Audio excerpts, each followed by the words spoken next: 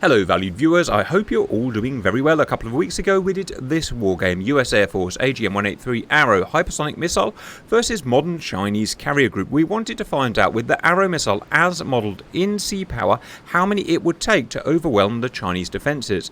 As it turns out it took 5 before the carrier was hit. It was a good fun wargame, but I got a lot of complaints and a dressing down by you guys in the comments section, and rightly so. Reason being, sea power uses the Arrow missile as a ballistic missile, a guided ballistic missile. It shot up, it flies in a pseudo ballistic path all the way up and comes down pretty much straight down on top of its target. You guys said no, it doesn't work like that. In real life, the 183 is actually a hypersonic glide vehicle model.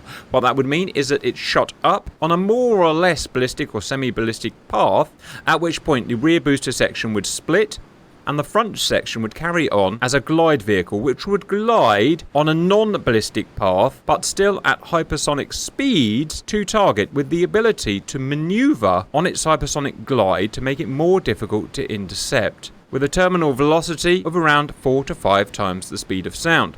Now, the Arrow, as we saw in sea power, doesn't do that, but you guys want to see it, so I'm going to do the best I can. I searched for other hypersonic missiles in sea power that were modelled as hypersonic glide vehicles, and I found one, the Russian Zircon missile.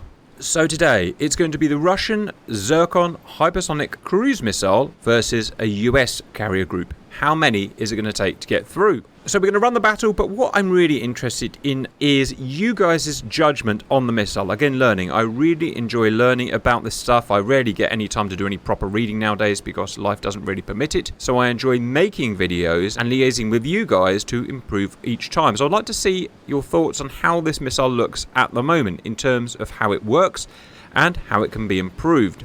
So in terms of today's assets, we have a US carrier group. It's entering the Baltic Sea, heading towards Russia and aggressing. At the centre, it has a supercarrier and it has a mighty escort force of 6 Arleigh Burkes. 4 of those Arleigh Burkes are Flight 2A MLU and 2 are Flight 3.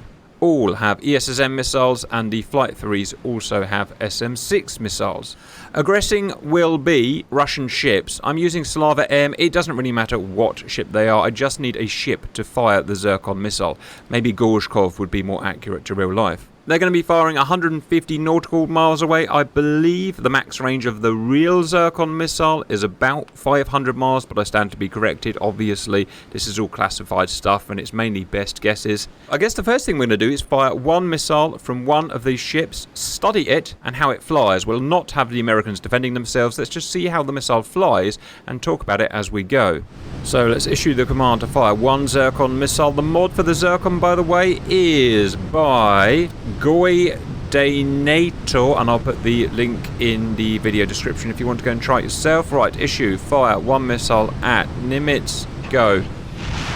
Just take a quick look at the missile itself. The 3D model today is actually going to be a reused P700, but that inaccuracy doesn't really matter today, and I say that because Zircon doesn't really look like people think the Zircon looks. I'll probably use a fancy propaganda image, you know, the white image with flames coming out the back that everyone sees Zircon as in the thumbnail, but in reality it doesn't look like that. That's just propaganda spread to presumably scare Americans. If you go to the proper trusted sources, I'm going to go to the Warzone. I'll try and remember to put the link in the video description. You can see by pieces of wreckage found in Ukraine, because these Zircons have been used in Ukraine, that is a build-up of what the actual real-life Zircon would look like. Presumably multi-stage again, that probably booster section to get it up to altitude, and I'm not sure if the glide vehicle is that bit there or just the front bit there. So we're probably closer to the real Zircon than the kind of propaganda image at the moment. In terms of how it flies, we do have quite a lot of control of how the missiles fly in sea power, much more than DCS, which is why I'm trying to keep pushing it. A lot of people don't realise is that we have actually very little control of the missiles in DCS. Now, that's not to say these are all going to be great, because it depends on the skill of the maker. I wish I had time to put in and make these myself, but I don't. So the mod maker has asked Zircon to fire and get straight up to a high high altitude, pretty much as we think a real missile would do. Unfortunately, we are limited in sea power to about 100,000 feet. It's going to be increased, but at the moment there's that limit. So it's flattened off now, but you can imagine it would actually go up in a real kind of semi-ballistic arc to hundreds of thousands of feet. In terms of speed, you can see its speed down the bottom there in knots, essentially true speed. It's programmed to go up to 9 times the speed of sound, which is what Mr. Putin claimed it could do at its max speed, and no one really seems to refute that from what I've seen online. At hundreds of thousands of feet, there's no reason why it couldn't do Mach 9. Now, that's not to say it will hit at Mach 9, and it certainly won't. On its hypersonic glide vehicle phase, it will go much slower, and we'll talk about that. So we're up to 9 times the speed of sound now, and one good thing about that is I can play it 1-to-1 time, and it does 150 miles in absolutely no time at all, which is nice. Soon it's going to dump its pseudo rear stage. That's now, obviously it's not modelled in 3D. It can be done, by the way, but it hasn't been done. And now it's going to move into its hypersonic glide cruise. You can see its speed coming down as it dives down. And now in terms of the actual slope, for lack of a better word, or trajectory, I don't think this bit is quite right. If I pause now, the actual trajectory of a HGV, I imagine, would come down from hundreds of thousands of feet and go more or less in a straight line to the target, slowly slowing down as it gets lower. This one, it kind of goes up and then comes down and then kind of levels off and then goes down again and then hits the target like that. So I think it's the best they can do with the kind of skill that they've got at the moment, I would describe that. Certainly much closer than the AGM-183 that we saw, which came pretty much straight down anyway. So from what I've read online, the Zircon and its higher stages and higher speeds is uninterceptable, because above about 6 times the speed of sound, it creates a plasma shield around it, which is just a natural effect that happens when you go fast, which means it can't be tracked on radar, or certainly not very easily. Obviously, the missile itself also can't see through that plasma shield, so it can't track its target in any way with any type of sensor, but that doesn't really matter because at this stage it's just inertial, maybe GPS guidance. Now, as it gets to its HGV phase, which is doing now, it gets slower, below 4,000 knots, about 6 times the speed of sound. The plasma shield is going to disappear. It can turn on its own sensors and it can start looking for targets, whether it does that by IR, whether it does it by optical, whether it does it by radar, or a combination. Crucially though, it can now be tracked by the defenders. So at about 50 nautical miles, now it's below 4,000 knots, it can be tracked and essentially it can be shot at. That's how I'm judging what I've read online about it, and obviously I invite your comments, viewers. On it goes its merry way, so it's now interceptable. Its speed will keep dropping, obviously. In terms of what its speed drops to, well, I've seen claims from impact velocities of between Mach 4.5 and Mach 5.5. So I've gone in the middle and I've made it Mach 5, 3,070 knots, and you can see that leveling out there. Now, it will be able to maneuver, and it actually will maneuver. Because I've only fired a single one, if I pause there, it won't maneuver, or won't maneuver much. If I fire multiple ones, I found that they can do a bit of wiggling and maneuvering.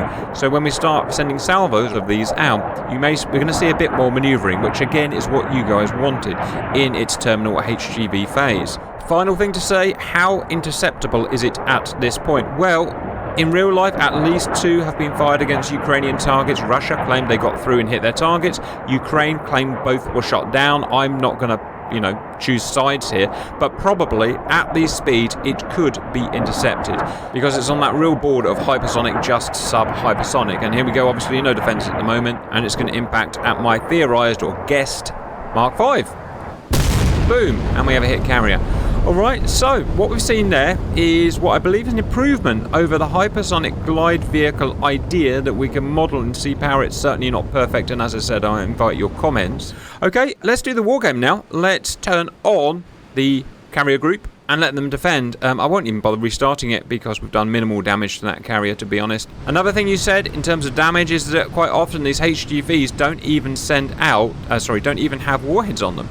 They just use their kinetic ability of just punching a hole through stuff because they travel so fast. That's an interesting concept. I just wonder how real that is, though. I mean, in my mind, let's just say you're trying to blow this ship up, right? If you send a lump of steel or whatever at it at 5 times the speed of sound, 6 times the speed of sound, is it not just going to punch a perfectly clean hole through the ship, through the bulkheads, through anyone that gets in the way, and just punch itself out here, causing, to be honest, I would have thought minimal damage? Whereas, obviously, if you have an item that goes in and explodes from the inside out, you're going to cause more damage due to the effect of the explosion, but crucially, you're going to cause a lot of fire. Please let me know your thoughts on that, viewers, because this is all new territory for me. Hypersonic stuff is modelled terribly in DCS, almost not at all. So now we're getting the ability to just look at it a bit more, then I'm going to start learning a bit more about it. As what I've read about, Mark 9 is not interceptable, so we're going to run it through until it is interceptable, which we'll judge when it's below 4,000 knots, which is going to be in a little bit now. So I think this kind of levelling out here, it has to do, simply because it only got up to 82,000 feet or whatever it was, where in real life that would be 500,000 feet, or again, whatever it is. Right, I'm now going to activate the US defense now that we're at 50 miles and the plasma kind of shield is gone. Alright, ships activated. We've got 4 Type 2A MLUs and 1 Type 3 firing. Whatever that is, a late model RIM 67. We've got an SM6. Yep, those type of missiles. Here comes Zircon. Now, what kind of probability of kill are we going to get from the interceptors? We'll see. I haven't tried this before, by the way, viewers, because I like to be surprised as you. So forgive me if it all goes wrong. Missed. Hit. Okay, we had a probability of kill of about 1 in 3 would be my guess there, which doesn't seem unreasonable. No damage was done and not many missiles were used, so we can probably just go and launch a bunch more. So why don't we do 4? Let's do 4, shall we? Oh, don't you love hypersonic-based science, viewers?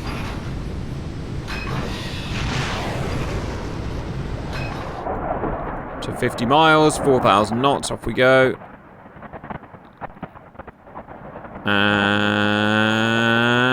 4,000 knots, turn them back on. It's a bit of an awkward way of doing it, viewers, but this is what we're trying to simulate. Obviously, the kind of plasma distortion, plasma stealth is not going to have any effect in sea power itself. So we're going to do it ourselves. Turn your radars back on. Turn yourself back on. While I'm doing that, here's a question for you, viewers. Although, apparently, the plasma stops you seeing it with your radar, or seeing it accurately with your radar, surely you would still be able to see it in terms of infrared sensing, but could you shoot a missile at it in terms of infrared sensing? I would probably imagine not. Right, missiles back on, up we go. Gonna have a RIM 67D again, we're gonna have SM6 again. Everything's gonna happen very quickly. 3,070 knots. I saw a bit of manoeuvring at the back there, but they've now they're going in a straight line now. Slight change in course, but nothing major. So presumably in real life you would see the HGV kind of swishing around like that, right? In real life? Is that what you guys would imagine? Oh, they're probably not too much because they're going very fast, obviously.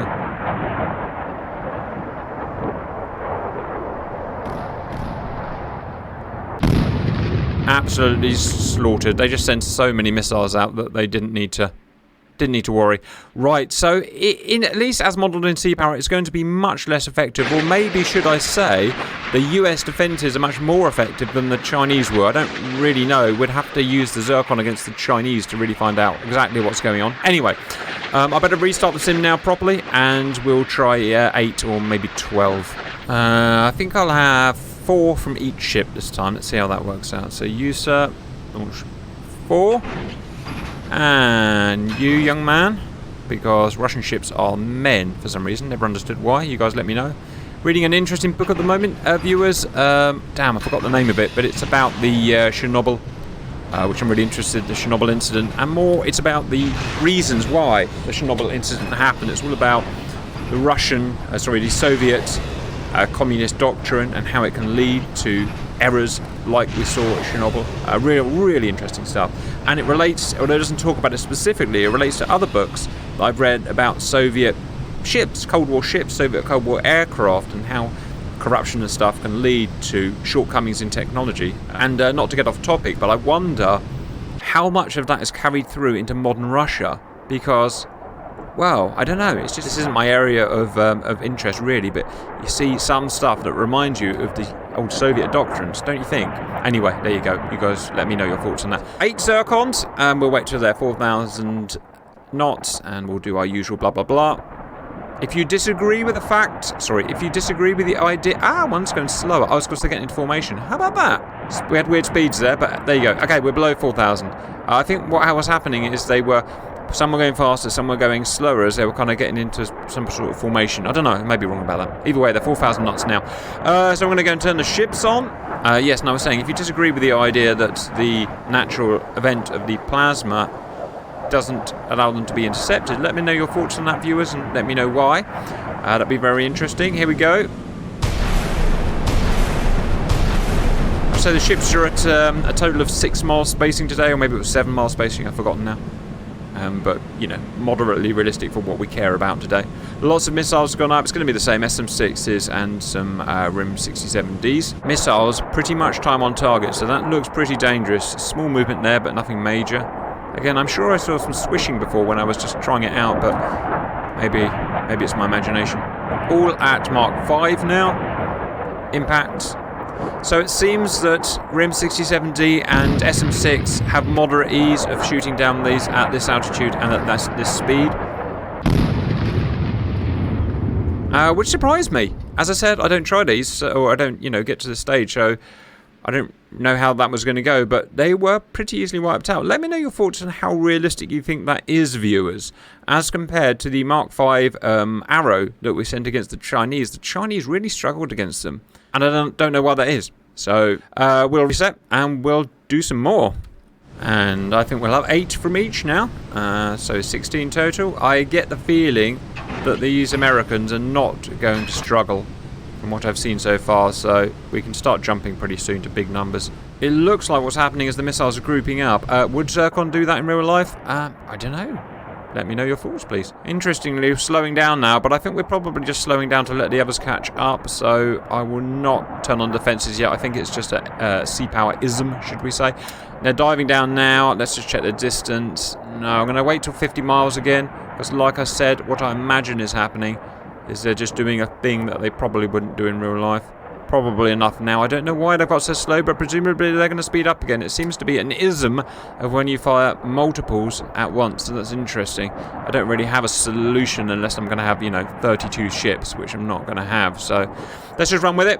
50-ish miles, let's turn the ships on. I think what's happening is because we're firing, yes, because we're firing so many of them, they're waiting for each other. Now, by waiting for each other, they're slowing right down. Yeah, that's a problem, isn't it? The viewing to Moongtons. That's an interesting one.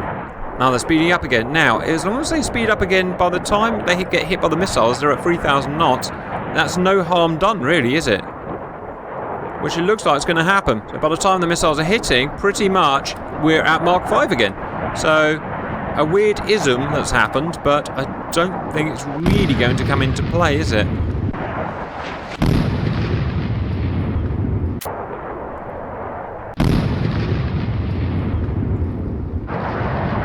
Yeah, you see 30, 70 knots. Yeah, absolutely smashed. So, I think that was still scientific, viewers. Let me know your thoughts. I'm going to up it, and I'm going to up it by adding more ships rather than sending more missiles out of the same ship for the reason that I just said. I don't want the grouping effect of missiles to have any play in this, so I'm going to do 8 from you, 32 in total here, 8 from each ship. It should mean that by the time interceptions are happening, still we're going to be doing 5 times the speed of sound.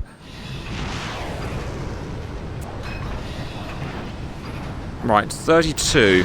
Maybe we're just going to get to the point where my computer gives up before we find the number that is needed to get through. Begs interesting questions like why is America coping so much better than the Chinese? I don't see any obvious reason why that should happen. And one thing I should note is we're firing at 150 miles here. In real life you would fire at hundreds of miles, presumably. 150 miles in modern combat is not really very far. I've done their weird grouping stuff. I can see some interesting movement and stuff. 50 miles, turn the Brits on. Brits. Bloody Brits, what did I say that? Got Brits on the mind, viewers. Fire!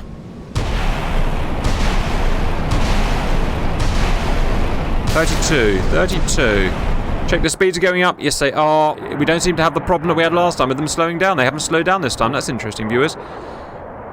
Just, like I said, a DCS isn't, but I think we're okay with it. Okay, we're getting a little bit laggy now, so I'm not sure we can go many more than this. Quick look on macro view. That's what it looks like. RIM-67D, RIM-174, same stuff again. Maybe some ESSMs in there. Would it not be a better idea to use active radar homing ESSMs than the RIM-67 viewers? Let me know your thoughts on that, please. Interceptions are happening. Don't really know what I'm supposed to watch. Let's watch that guy there. Probably better to have a bigger view at this point. Just so many missiles that Aegis is handling here. Maybe just the American Aegis is just modelled better than the Chinese one. Wow, absolute ease, Viewingtons. Really didn't see that. Really didn't see that coming today.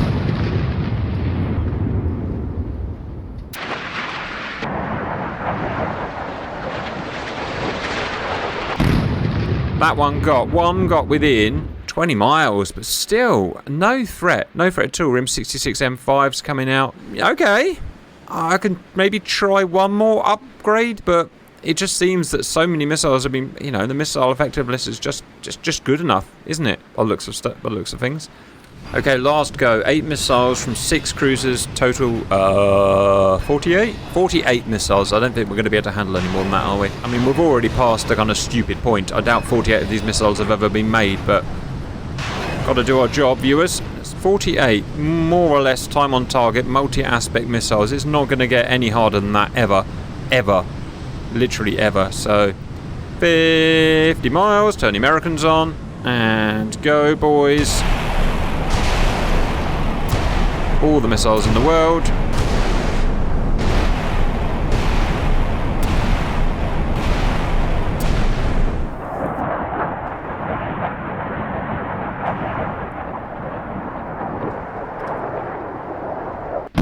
Boom. Intercepted.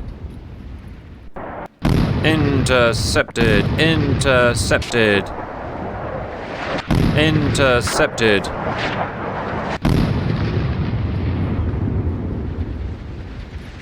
I think the defense is just too good. I don't see anything getting through that. I mean, there's just so much going on. All the missiles they already need have been fired. The ships are now silent. Oh. Intercepted. Intercepted. Intercepted.